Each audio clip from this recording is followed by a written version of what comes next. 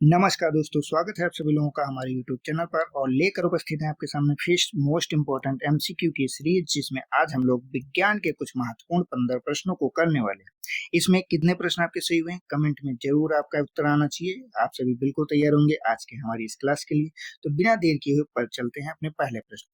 प्रश्न है, प्रकाश के परावर्तन का नियम किस पर आधारित है? ऊर्जा संरक्षण के ऊपर, द्रव्यमान संरक्षण के ऊपर, कोणों की समानता के ऊपर, या फिर तरंग दैर्ध्य के ऊपर?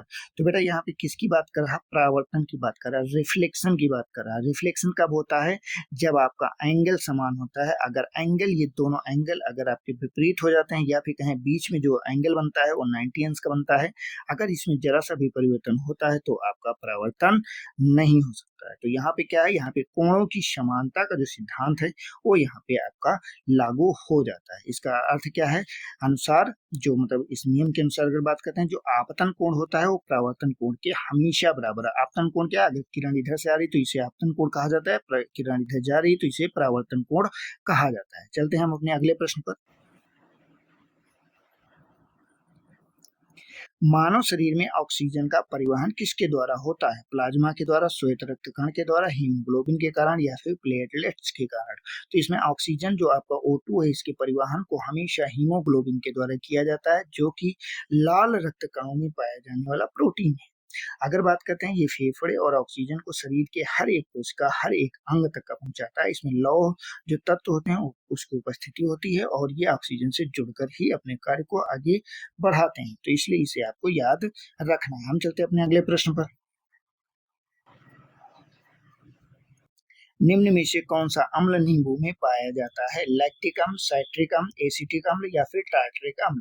तो यहाँ पे नींबू में पाया जाने वाला जो अम्ल है ये साइट्रिक अम्ल यहाँ पे पाया जाता है। बी ऑप्शन आपका सही हो जाएगा। जितने भी खट्टे पदार्थ हैं उसमें साइट्रिक अम्ल ही पाया जाता है। यह अम्ल क्या करता है? स्वाद के लिए जिम्मेदार होता है, और खाद्य उद्योग में भी इसका काफी ज्यादा प्रयोग किया जाता है। हम बढ़ते हैं अपने अगले प्रश्न पर। अगला सिंपल सा बेसिक फिजिक्स का क्वेश्चन है। इसमें एसआई मात्रक पूछा गया है किसका? तो विद्युत धारा का। विद्युत धारा की आखिर एसआई मात्रक क्या है? तो इसका बेटा वोल्ट है, ओम है, एम्पियर है, या फिर वाट है? तो एम्पियर में हमेशा जो विद्युत धारा को मापा जाता है, ये एसआई इकाई है। इसे आवेश की प्रवाह की दर के रूप में भी परिभाषित किया जा सकता है। हम बढ़ते हैं अपने अगले प्रश्न पर। मानव आंख में किस भाग द्वारा प्रकाश का फोकस किया जाता है? रेटिना के द्वारा, कार्निया के द्वारा, पुतली के द्वारा, या फिर लेंस के द्वारा? तो यहाँ पे आपका डी सही हो जाएगा, लेंस। मानव आंख का जो लेंस होता है ये प्रकाश किरणों को मोड़कर रेटिना पर फोकस करता है। लेंस की वक्रता में परिवर्तन करके जो आंख होता है ना, आंख के निकट ही जो दूर की वस्तुएं हैं उसको जो है बनाया जाता है, तभी जो है वहां पे क्या है, एक तरह से समंजन हो पाता है, अकोमोडेशन जिसे कहते हैं, अकोमोडेशन को हो जाता है, वही प्रक्रिया यहाँ पे लागू हो जाती है। तो इसमें सही आंसर क्या हो जाएगा? लेंस हो जाएगा। बढ़ते हैं अपने अगले प्रश्न पर। निम्न में से कौन सी धातु तरल अवस्था में पाई जाती है? यहाँ पे धातु भी पूछ रहा है। धातु हमेशा मतलब एक नेचर क्या है कि वो ठोस अवस्था में रहेंगे, लेकिन एक धातु ऐसी है जो तरल अवस्था में रहती है। सोडियम है, एल्यूमिनियम है, पारा है, या फिर सीसा है? तो यहाँ पे पारा आपका सही हो जाएगा। पारा एकमात्र ऐसी धातु है पृथ्वी पर जो सामान्य तापमान में तरल अवस्था में पाई जाती है। इसका उपयोग सामान्यतः अगर बात करते हैं थर्मामीटर, बैरोमीटर में किया था। अब तो फिलहाल डिजिटल आ गए हैं। पहले के जो थे थर्मामीटर वगैरह, उसमें इसका प्रयोग आप देख लेते थे। चलते हैं हम अपने अगले प्रश्न पर। प्रकाश संश्लेषण की प्रक्रिया में कौन सी गैस ग्रहण की जाती है? Oxygen, nitrogen, carbon dioxide, hydrocarbon? ठीक, मतलब हाइड्रोजन।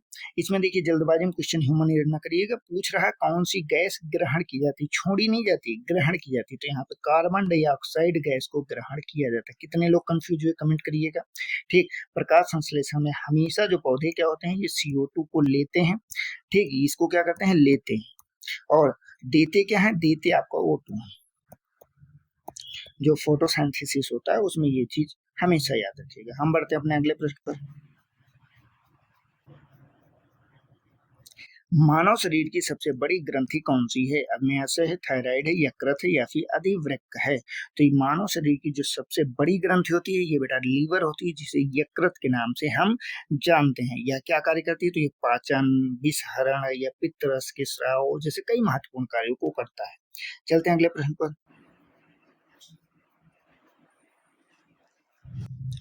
ध्वनि तरंगे किस माध्यम में सबसे तेज चलती हैं? वायु, जल, निर्वात या फिर ठोस? तो यहाँ पे आपको याद रखना है कि जो ध्वनि तरंगे होती हैं बेटा, मोस्ट इंपोर्टेंट है, बहुत बार क्वेश्चन पूछा गया, बहुत लोगों ने गलत किया। ठोस अवस्था में ही सबसे ज्यादा चलती, सबसे तेज चलती है। अगर बात बात करें निर्वात की, तो निर्वात में इनका कोई भी गति ही नहीं होती है। निर्वात में जो इनकी गति पूछी जाए तो हमेशा शून्य होती है। ठीक बेटा, याद रखिएगा, कभी गलत ना करिएगा। ध्वनि तरंगों का जो संचरण होता है ये ठोस में ही होगा। अगर ठोस अवस्था नहीं है तो उसकी स्पीड कम हो जाएगी, और अगर निर्वात की बात करते हैं तो उसमें कभी भी ध्वनि चलेगी ही नहीं। हम चलते हैं अपने अगले प्रश्न पर। निम्न में से कौन सी विटामिन आंखों की रोशनी के लिए आवश्यक है? Vitamin B, vitamin C, vitamin D, vitamin A. ये सामान्यतः जीव विज्ञान का सबसे आसान प्रश्न है, लेकिन बहुत बार पूछा जाने वाला प्रश्न है। इसका सही आंसर क्या होगा? इसका डी विकल्प सही हो जाएगा। क्यों? क्योंकि बेटा विटामिन ए आपका सबसे ज्यादा इंपॉर्टेंट होता है रोशनी के लिए। अगर इसकी कमी हो जाए, अगर प्रश्न ये भी बनता है कि अगर विटामिन ए की कमी हो जाती है तो कौन सा रोग हो जाता है, जिसे क्या कहा जाता है? जिसे आपका रतौंधी कहा जाता है। और ये रतौंधी क्या कार्य करती है? तो नाइट ब्लाइंडनेस का काम करती है। ये स्वास्थ्य एवं पोषण से के आधार पर आपका प्रश्न जब बायोलॉजी आप पढ़ेंगे तो वहां पे ये आपका आता है। हम पढ़ते हैं अपने अगले प्रश्न पर। जल का रासायनिक सूत्र क्या है? H2O है, CO2 है, H2O2 है या फिर NaCl है? तो यहाँ पे आपका H2O जो है आपका ये जल का रासायनिक सामान्यतः सूत्र होता है। इसमें जो हाइड्रोकार्बन है उसके जो है कितने दो अणु पाए जाते हैं हाइड्रोजन के, और वहीं पे ऑक्सीजन का एक अणु पाया जाता है। दोनों मिलकर के बनाते हैं आपका जल बनाते हैं। चलते हैं अगले प्रश्न पर। रक्त का लाल रंग किसके कारण होता है? प्लाज्मा के कारण, हीमोग्लोबिन के कारण, ऑक्सीजन के कारण या फिर लोहा के कारण? तो बेटा यहाँ पे हीमोग्लोबिन आपका सही होगा। रक्त का लाल रंग हमेशा हीमोग्लोबिन के कारण होता है। इसमें क्या है, लौह तत्व जो आयरन होता है, आयरन की जो उपस्थिति होती है जिसके कारण इसमें लाल रक्त प्रदान हो जाता है। क्लियर बेटा, चलते हैं हम अपने अगले प्रश्न पर। ओम का नियम किससे संबंधित है? चुंबकत्व से, ऊष्मा से, विद्युत से या फिर प्रकाश से? सामान्यतः बहुत आसान क्वेश्चन है। ओम का नियम हमेशा जो है विद्युत से संबंधित है। आपका सी विकल्प सही हो जाएगा। इसमें आखिर इसका अर्थ क्या होता है? तो ओम का जो नियम होता है इसमें आपको सामान्यतः जो याद रखना है, विद्युत धारा, विद्युत धारा, ठीक, विभवांतर, विभवांतर और प्रतिरोध को दर्शाता है, और प्रतिरोध को, ये तीन चीजों को इसमें दर्शाने का कार्य करता है। जैसे कि सामान्यतः अगर बात करते हैं तो V बराबर क्या होता है? I R. ये इसका एक सामान्यतः फार्मूला होता है जो आपको याद रखना है। विद्युत धारा, विभवांतर और प्रतिरोध तीनों चीजों को यहाँ पे दिखा देता है एक साथ में। चलते हैं हम अपने अगले प्रश्न पर। पौधों में भोजन का परिवहन किसके द्वारा होता है? जाइलम के द्वारा, फ्लोएम के द्वारा, रंध्र के द्वारा या फिर पत्तियों के द्वारा? तो बेटा यहाँ पे देखिए, अगर किसमें पूछ रहा, पौधों में भोजन के परिवहन की बात कर रहा है, तो यहाँ पे कौन सा सही हो जाएगा? तो यहाँ पे फ्लोएम आपका सही हो जाएगा। फ्लोएम ही जो है वो तक पौधों में जो तैयार भोजन होता है एक भाग से दूसरे भाग में पहुंचाने का कार्य करता है। अगर जाइलम की बात करते हैं, यहीं पे एक प्रश्न आपसे और पूछा जाता है कि पानी को कौन पहुंचाता है? तो पानी को पहुंचाने के लिए आपको जाइलम याद रखना है, लेकिन अगर भोजन को पहुंचाने की बात करेगा तो फ्लोएम। ठीक, तो यहाँ पे क्या हो जाएगा? फ्लोएम सही हो जाएगा। और अगर पानी पहुंचाने की बात आएगी तो वहां पे जाइलम आपका सही हो जाएगा, उसका परिवहन किया जाता है। दोनों प्रश्न मोस्ट इंपोर्टेंट है, बहुत बार पेपर में पूछा गया है आपका। चलते हैं हम अपने अगले प्रश्न पर। प्रश्न है, निम्न में से कौन सा अम्ल पेट में पाया जाता है? सल्फ्यूरिक अम्ल, हाइड्रोक्लोरिक अम्ल, नाइट्रिक अम्ल या फिर एसिटिक अम्ल? तो यहाँ पे बेटा आपको याद रखना है, हाइड्रोक्लोरिक जो अम्ल होता है ये पेट में पाया जाता है, जो भोजन के पाचन के लिए मुख्यतः काम करता है। साथ ही में ये हाइड्रोक्लोरिक अम्ल जो हानिकारक जीवाणु होते हैं उनको भी नष्ट करने का जो है प्रमुख कार्य करता है, इसलिए इसे आपको याद रखना है। हम लोग बढ़ते हैं।